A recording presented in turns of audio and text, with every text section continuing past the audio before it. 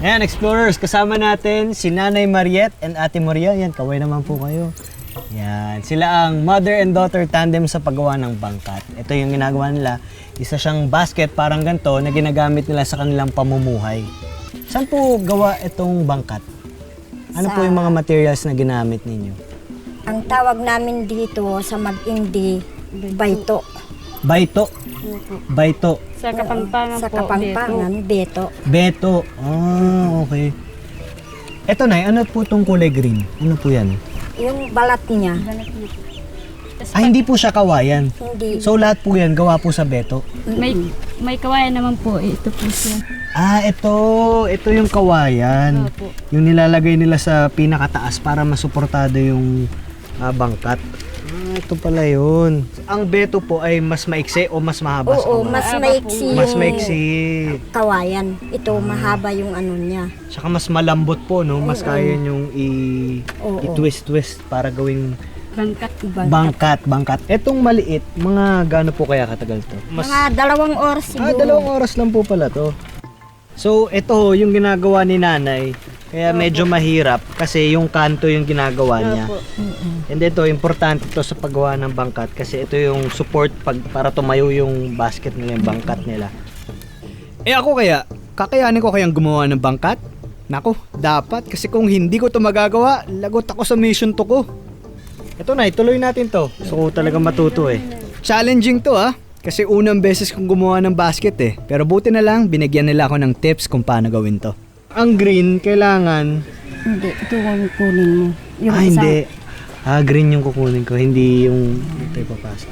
Tapos ito, Tapos, lubog. Ilan pong lubog? 2. 2. Tapos, Yan. 2 ulit. Kailangan pala pag gumagawa ka ng bangkat, pay attention ka talaga kasi kailangan malinaw din yung mata mo dito. Ito na, isa-isa. Isa na naman dyan. Isa-isa lang. Pag green, isa-isa. Oo, Okay. yan. Madaling matuto si Sarah. Narinig niyo yan? Madali daw ako matuto. Yo, nakagawa na tayo ng bangkat. Pero teka, paano naman kaya to sinusuot? Ilalagay mo sa Ulo? Oo. Ay, hindi ho ba dito yan? Hindi. Sa ulo pala Sa to? ulo. Pwedeng sample po muna, Nay. Saan? Yan. Hindi naman ho mabigat sa leeg. Hindi naman. Kahit na puno pa yan. Talaga ho? Mm-mm. Mas madali ho yung bitbitin kaysa sa parang mga nakasukbit Oo. sa balikat. Kasi pag nakasakbit dyan sa balikat, nangangawit yung balikat mo. Pero sige nga, Nay. Gusto kong masubukan yung paano bitbitin yung bangkat. Ilagay Okay. mo sa ulo mo. Lalagay ko ho sa ulo ko, no? Ganyan. Yan. Hindi, yan. Galing ni Yan. Sir Miguel Ito daw, naglalagay din daw sila ng bata dito sa bangkat. Oo. Ibig sabihin, ganun katibay yung mga bangkat na ginagawa nyo, Nay. So kayo, Nay, batak na batak talaga siguro yung leeg nyo, no? Batak na, Sir. GG's Explorers! Meron na tayong bangkat na gagamitin natin para sa ating next mission. Kaya, Nanay Mariette, maraming salamat po sa pagturo. Saludo.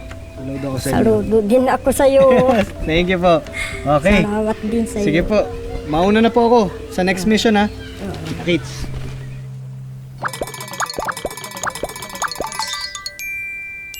Hello mga ka-explorers! Tami-tama raw here. Nandito ako ngayon para ipakilala sa inyo ang mga friends ko kung bibisita kayo ng Pampanga. Gusto niyo ba silang makilala?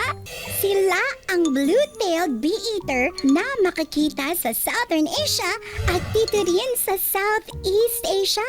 At dito sa Pilipinas, may mga blue-tailed bee-eater din. Sa Pampanga, maraming nakatira sa Candaba Wetlands. Minsan, ang tawag sa kanila ay manunubing. Kulay green yung katawan ng mga ibon na to, pero yung buntot nila, kulay blue. Kaya sila tinawag na blue-tailed. Insectivores sila o yung mga hayop na kumakain ng mga insekto. At ang favorite nila ay mga pupuyog o bees at pati na rin putakte o wasp. Hindi pa sila kabilang sa mga endangered species, kaya may chance pa kayong makita ang mga kaibigan kong blue-tailed bee-eater.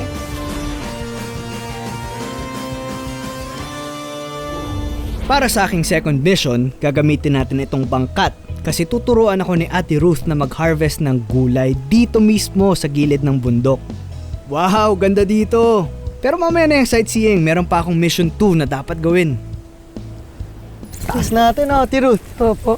Ano mo ba mga tinatanim nyo dito, Ate Ruth? Patani po, sir. Patani? Opo, tsaka sigarilyas.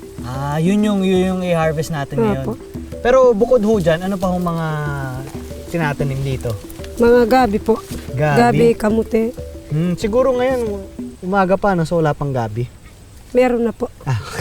Nagbibiro lang ho ako. Ano ba yan? Di pumasang joke ko kay Ate Ruth. Nasa gilid ho tayo ng bundok. Saan ho kayo kumukuha ng tubig? Malayo po. Doon pa po sa baba po kami kumukuha ng tubig. Pinapasan po namin dito. Pinalagay po namin dyan yung galon. Tapos pinapasan namin. Tapos inaakit nyo ho dito yung tubig? Inaakyat po. Sige ho, tara ho. Tayo ay mag-harvest na, Ate Ruth. Paano ho ba ang tamang pagpitas? Ganito po. Isipin nyo yung mga gulay na kinakain natin dito pa galing sa bundok. Ang hirap din ang ginagawa ni Ate Ruth, no? Pero buti na lang may tumutulong sa kanya. E di yung mga anak niya, Ate Ruth, tinuturuan niyo rin Marunong na po sila kahit maliit pa po sila. Kahit na 6 na taon pa po yung bunso ko at saka 8, marunong na po sila kasi nakikita po nila sa amin na mga magulang nila kung paano po yung ginagawa namin. Bukod ho ba sa pagtatanim, pag-aani, ano ho bang hanap buhay pa dito? Ano po, nangangaso po. Nangangaso? At saka po nangingisda. Ano hong mga hinuli niyo pag nangangaso? Baboy po, baboy ramo. Baboy ramo? Opo. Saan ho? Meron ho dito mga baboy? Doon po sa bundok po. Alam nyo ho, ako, pag kunyari pupunta sa mga gubad-gubad, ganyan, lagi ako nagtatabi-tabi ho. Ang turo ng mga matatanda, dapat daw sabihin yan para yung mga bantay ng mga puno at halaman ay hindi mo may istorbo. Uso po sa amin yun. Sa lingwahe po namin, lumabas kay. Lumabas kay, Lumabas kaya aba pa na malyari. ang lahang haba, no? Oo. Tabi-tabi po na lang din sa Oo. akin. Tabi-tabi po. Okay, parang medyo marami-rami na ata itong napitas natin, Ate Ruth. Opo. Ang tanong niyan, gusto ko kasi matikman. Matitikman ko ba to? Opo, iluluto po natin. Meron? Anong Meron tawag sa po. luto nyo? Sukit. Sukit? Opo. O game. Game ako. At yan ang magiging third mission ko sa araw na to, ang pagluluto ng Sukit. sukit. Excited na ako. Pero bago ang lahat, second mission, accomplished! Yo! Nice one, Ate Ruth! At tayo. Let's go. Luto na tayo ng sukit. Sarap ng tubig. O mga explorers, huwag niyong kakalimutang uminom ng tubig, ha? Dahil kapag physical ang activities natin, baka ma-dehydrate kayo. Kaya uminom kayo ng tubig. Kumbaga, sa video games, para lang kayo nagre-refill ng HP o health points. Kaya sobrang importante niyan. Pero gayahin niyo ako, may dala akong sariling lalagyanan ng tubig. Bakit? Kasi gusto kong makatulong sa kalikasan. Ayoko na magkalat ng mga water bottles. Huwag kayong maging one tamad. Be one tama.